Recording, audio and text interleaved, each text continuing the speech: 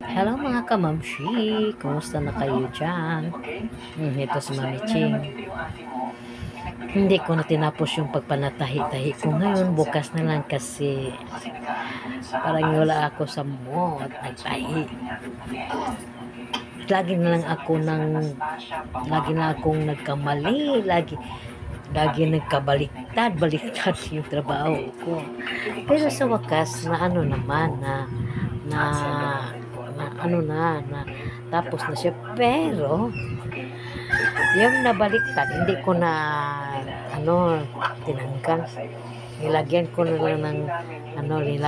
na lang ng tila at tinahi para di makita yung mga kabaliktaran na ginawa ko kanina. Kanina pa lang ako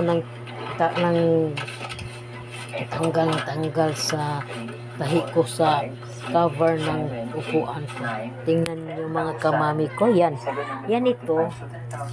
tinakpan ko lang yun, baliktad kasi nakita yung tahi dito mga kamami, bakita yan, nilagyan ko lang parang may dekorasyon yan, tapos na rin ito, pero ito na lang hindi at saka yung ito yan, hindi pa natapos yun. Yan, bukas ko na gagawin kasi anak ko na pagod ako. Gusto ko lahat ng kaan ko karon ngayon na puro green.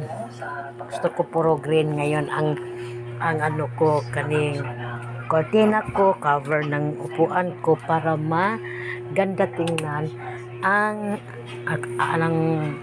aura ng bahay ko kasi madilim-dilim siya. Yan tingnan mo, yan ang cortina ko.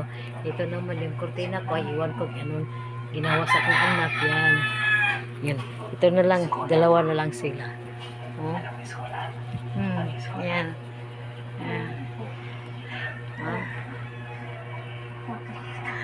iniba ko naman yung iba ng style. Anak ko yan nag-arrange. Nandito na ang bibi ko. Ayun, nalipat na naman ang duyan niya. Nasa gansam. Sana maayos na yung pagpanahi ko bukas na hindi akon kasi nainis ako. Kasi palagi nang nakabaliktad, lagi na lang akong tanggal sa tinahi ko. At maraming salamat, natapos din. At maraming salamat sa inyo din mga kamamshi ko. Sana i-follow mo ako o i-like yung mga videos ko. Salamat sa inyo. God bless all.